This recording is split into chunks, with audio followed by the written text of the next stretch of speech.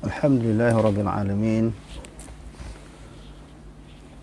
Wassalatu wassalamu ala asyrafil anbiya'i wal mursalin wa ala alihi wa ashabihi ajma'in. Allahumma rabbi shrah li sadri wa yassir li amri wahlul 'uqdatam min lisani yafqahu qawli. Wala hawla wala quwwata illa billahil 'aliyyil 'azim.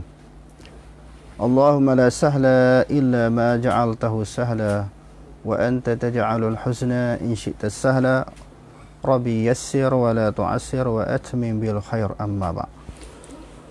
Alhamdulillah, pada pagi ini kita nak membincangkan ataupun nak membongkarkan dan juga mendedahkan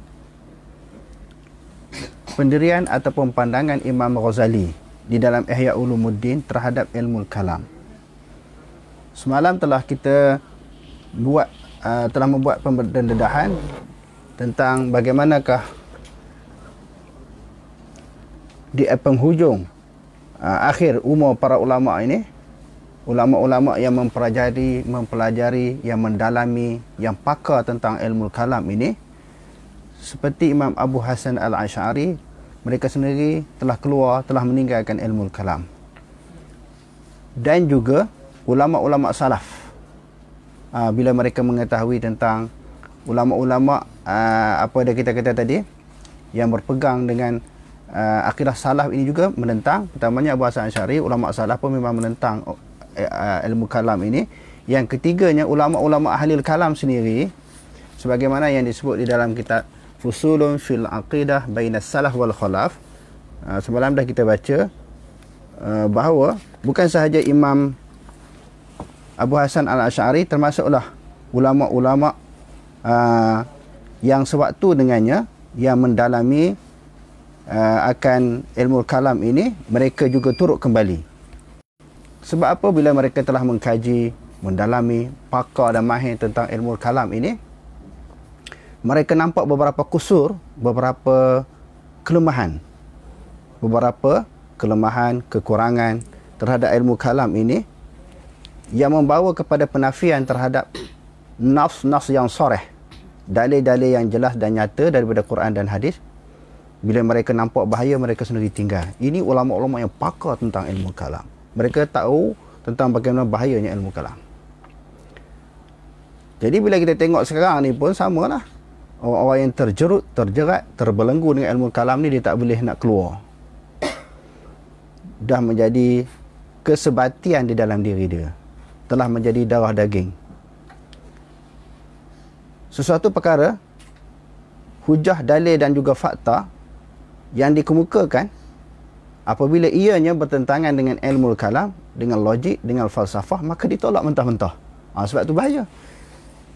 Jadi Imam Ghazali sendiri, orang yang pakar tentang ilmu kalam ini, setelah dia mendalami ilmu kalam ini, bagaimana disebut, bagaimana pandangan beliau pula terhadap ilmu kalam. Kalau kita baca di dalam kitab Ihya Ulumuddin yang dikarang oleh Imam Ghazali, jilid yang pertama, muka surat 114. Jadi kita bawa dua cetakan lah. Dia ada banyak, di sekolah kita ni ada 3-4 cetakan. Sama je. Sebab kenapa kita merujuk beberapa cetakan? Kerana orang yang terbelenggu dengan ilmu kalam ini, dia kata, oh ini cetakan lain, cetakan yang ada di sisi kami lain. Itu tabak lain, ini tabak lain. Dia nak lari. Bila ada sedikit ruang untuk dia kona, dia putar balik, dia akan putar balik. Ahli kalam ini lebih kurang perangai dia macam orang Syiah. Selagi ada ruang untuk tipu orang, untuk putar balik, untuk menyelewengkan fakta dan kebenaran, dia akan cuba kona. Itu sebab itu bahaya. Sebab tu kita baca beberapa cetakan. Maknanya ayatnya, ibarat yang dikemukakan oleh Imam Ghazali sama. Dia kata mas'alatun fa'in. Dia kata fa'in qultu ta'allumul jadali wal kalami mazmumun ka ta'allumil nujumi au huwa mubahun au mamdubun ilaihi. Dia kata kalau aku kata mempelajari ilmu jidal ni, yakni ilmu kalam, ilmu perdebatan dan juga ilmu kalam adalah dihina, dicaci, dikutuk, sebagaimana mempelajari ilmu nujum. Bila aku kata adalah mazmun, dihina, hinanya orang belajar ilmu kalam, okey. Adakah dia harus ataupun dia disunatkan? Fa'lam. Dia kata annan nasa fi hadha ghuluwan wa israfan fil atrafi fi atrafin.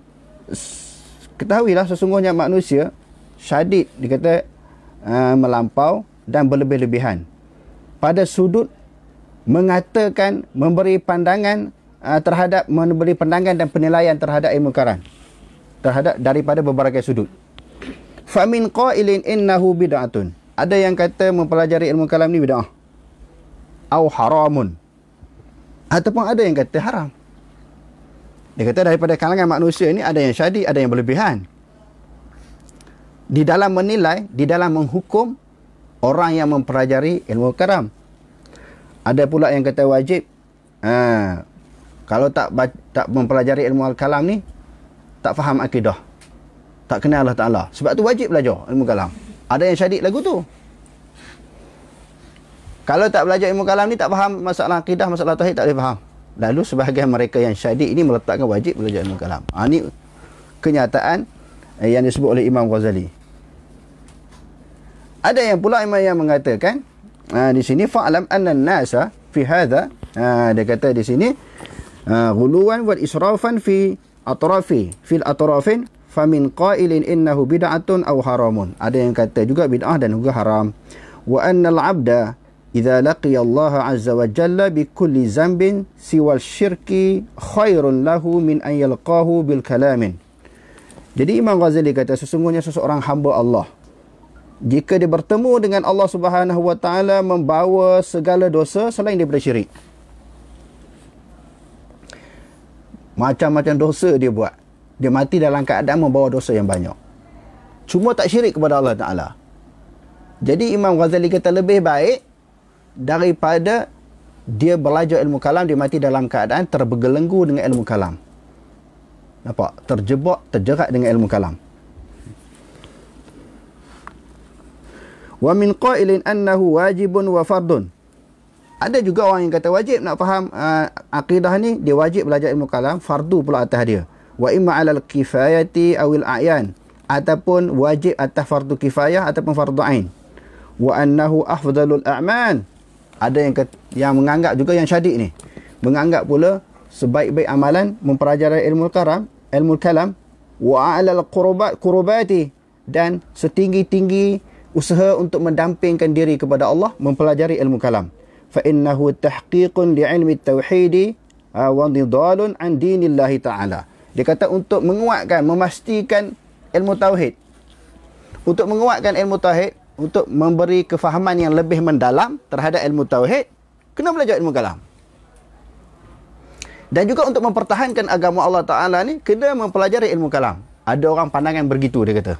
Yang syadid sampai tahap tu, wajib belajar. Sebab dengan ilmu kalam itu dapat menguatkan tauhid kita kepada Allah, dapat memahami lebih kefahaman terhadap ilmu tauhid, dan juga mempertahankan agama Allah Ta'ala ni mesti melalui ilmu kalam. Sebab ilmu kalam ni ilmu banyak debat, banyak main akal, banyak main logik. Macam mana nak patah hujah orang, macam mana nak tewas hujah-hujah yang dikemukakan orang. Kena pakai akal, kena pakai logik. Jadi sebahagian pendapat yang kata wajib dan juga fardu, sama ada fardu kifayah ataupun fardu ain. Ada hak syadid berpendirian demikian. Okey. Wa ila at-tahrimi dhahaba asy-Syafi'i.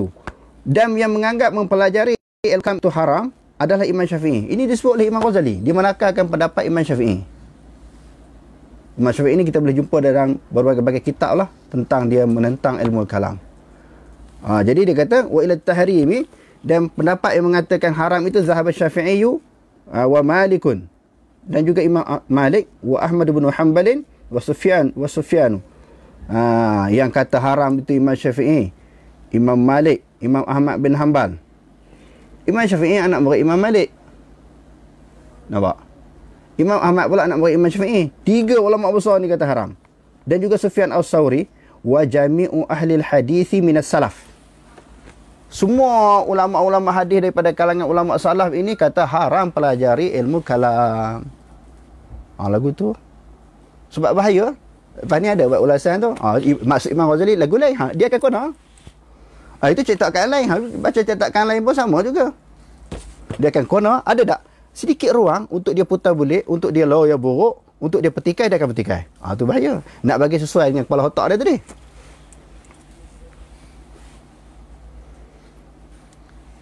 Bagi ustaz tidaklah syadik orang nak belajar ni. Kalau belajar untuk dia tahu tak apa. Tapi dia gunakan ilmu tu untuk menafikan dalil-dalil yang soreh, yang terang daripada Quran hadis. Khususnya berkaitan dengan ayatus sifat ataupun akhbarus sifat. Ayat-ayat tentang sifat Allah Ta'ala, ayat Quran ataupun hadis, ataupun disebut juga sebagai ayat mutasyabihat. Dia akan kona nak bagi sesuai dengan kepala otak dia. Walaupun tafsiran itu tidak pernah datang daripada salaf. Sedangkan nak faham Quran daripada Nabi, para sahabat, yakni yang memahami Al-Quran dan hadis itu, golongan yang pertama adalah golongan salaf. Bukan kita. Kita hanya menakalkan pendapat-pendapat mereka.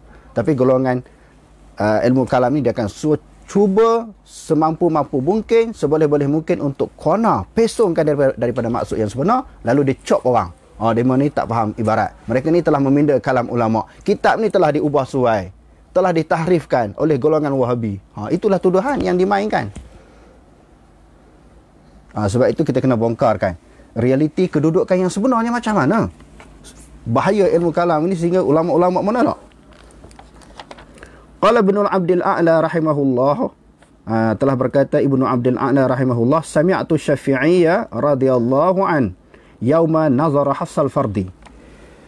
Aku telah mendengar Imam Syafi'i ketika dia berdebat dengan seorang yang dikenali dengan Hafsal Fardi. Nama orang. Dia berdebat, dia dengar. Ibnu Abdul A'la ni dia tengok, dia dengar, dia berada di dalam satu majlis bagaimana berlakunya perdebatan Imam Syafi'i dengan Hafsudul A'la, Hafsal Fardi. Hafsal Fardi, siapa dia Hafsal Fardi ini? Wa kana minal mutakallimi Mu'tazilah. Dia ini adalah ahli kalam daripada kalangan golongan Mu'tazilah. Ahli kalam daripada kalangan Mu'tazilah. Yaqulu, Imam Syafi'i kata, li an yalqallaha azza wa jalla al-'abdu, bahawasanya bertemu akan Allah Ta'ala oleh seseorang hamba bikulli zambin, dengan membawa dengan sekalian dosa dia, ma khala syirka au syirki. Boleh baca dua-dua. Sama ada selain daripada syirik. Bawa dosa yang banyak bertemu dengan Allah Ta'ala tanpa syirik. Sebab syirik ni Allah Ta'ala kata apa? Innallaha la yaghfiru an yushraka bihi wa yaghfiru ma duna dzalika liman yasha. Sesungguhnya Allah Subhanahu wa Ta'ala tidak mengampun sesuatu yang disyirikkan dengannya. Dan Allah Ta'ala mengampun selain daripada dosa syirik. Dalam hadis sebut orang yang bunuh 100 orang pun Allah Ta'ala boleh ampun. Bunuh seorang seolah-olahnya macam membunuh seluruh manusia di dalam dunia ini. Min ajli dzalika katabna ala bani Israila annahu man qatala nafsan bighairi nafsin aw fasadin fil ardi faka'annama qatala an-nasa jami'a. Dalam surah Al-Maidah, cerita Qabil dan Habil. Daripada sebab yang demikian itu kami tetapkan kepada Bani Israel seseorang yang membunuh satu nyawa, satu jiwa, seolah-olahnya dia telah membunuh seluruh manusia di atas muka bumi. Besar tak bunuh orang? So, dalam hadis kata seorang kan? Dalam hadis kata bunuh 100 orang Allah Ta'ala ampun. Dalam Quran ayat yang kita bacakan tadi, innallaha la yaghfiru an yushraka bihi wa yaghfiru ma duna dzalika liman yasha. Sesungguhnya Allah Ta'ala tidak mengampun sesuatu yang disyirik dengannya, dan diampun dosa selain daripada syirik. Imam Syafi'i kata, orang buat dosa banyak pun selain daripada syirik lebih baik daripada orang yang mati bertemu dengan Allah Subhanahu wa Ta'ala membawa ilmu kalam, terpengaruh dengan ilmu kalam, terjerat dengan ilmu kalam. Terjerat dengan ilmu kalam. Dia kata khairu min an yalqahu bi syai'in min ilmil kalam. Lebih baik dia bertemu dengan Allah Ta'ala dengan sesuatu daripada ilmu kalam. Walaupun dah bawa dosa banyak, cuma tak syirik. Lebih baik daripada dia mati bertemu dengan Allah dengan membawa ilmu kalam. Walaqad sami'tu min Hafsin. Imam Syafi'i kata lagi, sesungguhnya aku telah mendengar daripada Hafsin. Hafsin siapa ni? Hafsin Al-Fardi. Kalaman la aqdiru an ahkihi. Aku telah mendengar satu ucapan, perkataan daripada Hafsin ini. Hafsin Al-Fardi adalah individu yang sangat mahir di dalam ilmu kalam, yang bermazhab Mu'tazilah. Aku dengar perkataan-perkataan dia, aku sendiri tak mampu nak cerita. Sebab apa? Pelik sangat, ajaib sangat, aneh sangat percakapan-percakapan dia. Imam Syafi'i kata, aku sendiri tak mampu, tak sanggup nak cerita apa yang dia cakap. Aku sendiri tak mampu, tak sanggup nak cerita, nak menghikayatkan, nak memberitahu kepada orang apa yang dia ucapkan. Kerana terlalu pelik, terlalu ajaib, terlalu banyak menggunakan akal. Sampai tak boleh terima langsung. Bukan kata bercanggah Quran hadisnya. Di sudut otak Imam Syafi'i pun tak boleh terima pandangan ni. Kata-kata dia pun tak boleh diterima, pelik sangat. Itulah ilmu kalam. Itulah ilmu kalam.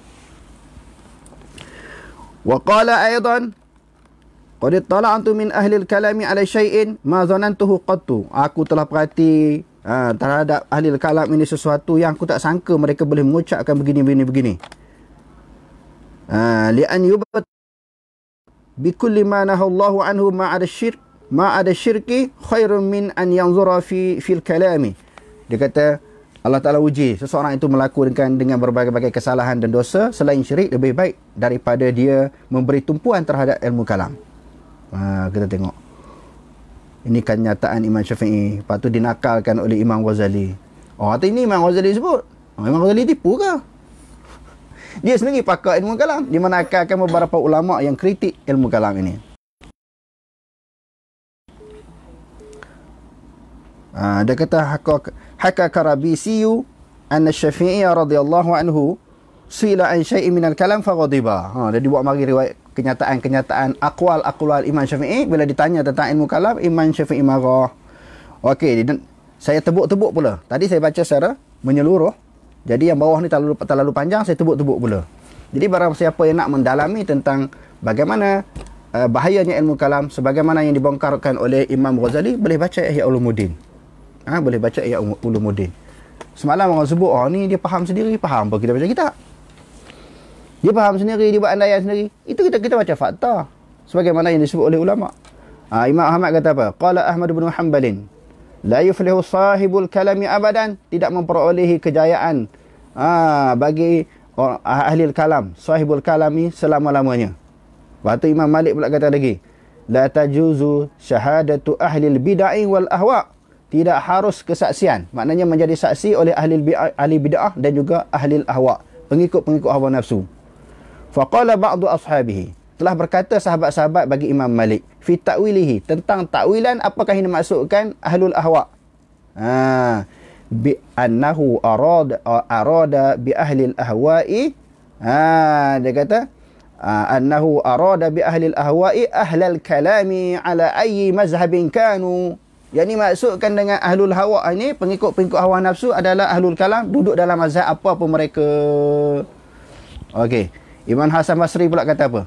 Hasan Basri kata apa? La tujadilu ahlal ahwa. Janganlah kamu berdebat dengan pengikut-pengikut hawa nafsu. Tak perlu nak berdebat.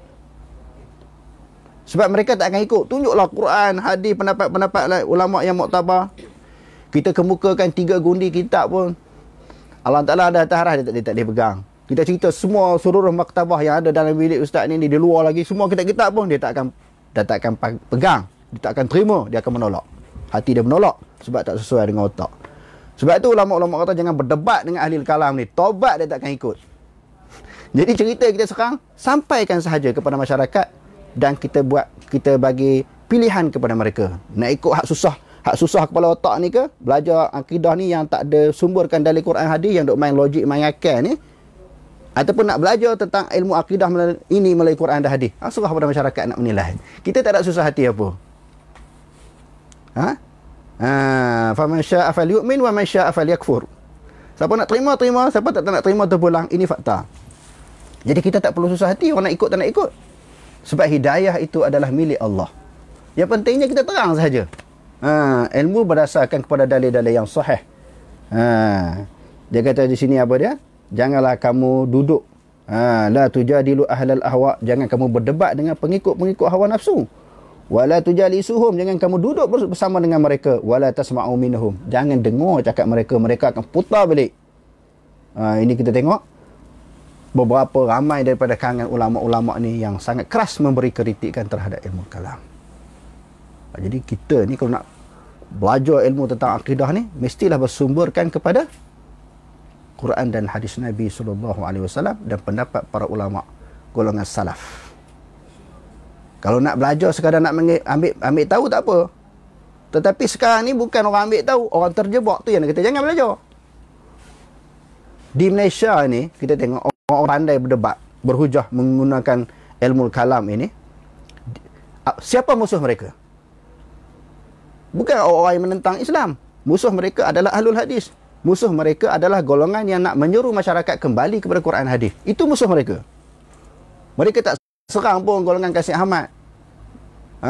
Ajaran-ajaran sesat. Mereka tak serang pun anti hadis dan orang-orang yang menentang agama Islam, musuh-musuh Islam. Menjadi musuh mereka adalah golongan hadis. Adalah ahli hadis, iaitu golongan yang nak mengajak masyarakat supaya kembali kepada sumber yang asal, iaitu Quran dan hadis, dan nak ajak masyarakat kembali kepada akidah salafus salih. Ini menjadi musuh ahlul kalam, bukan orang lain. Sebab tu kita kata bahaya. Okey, kalau yang dulu okeylah, belajar ilmu kalam ni nak berdebat dengan golongan falsafah. Yang tu kita akui, tapi sekarang ni tidak.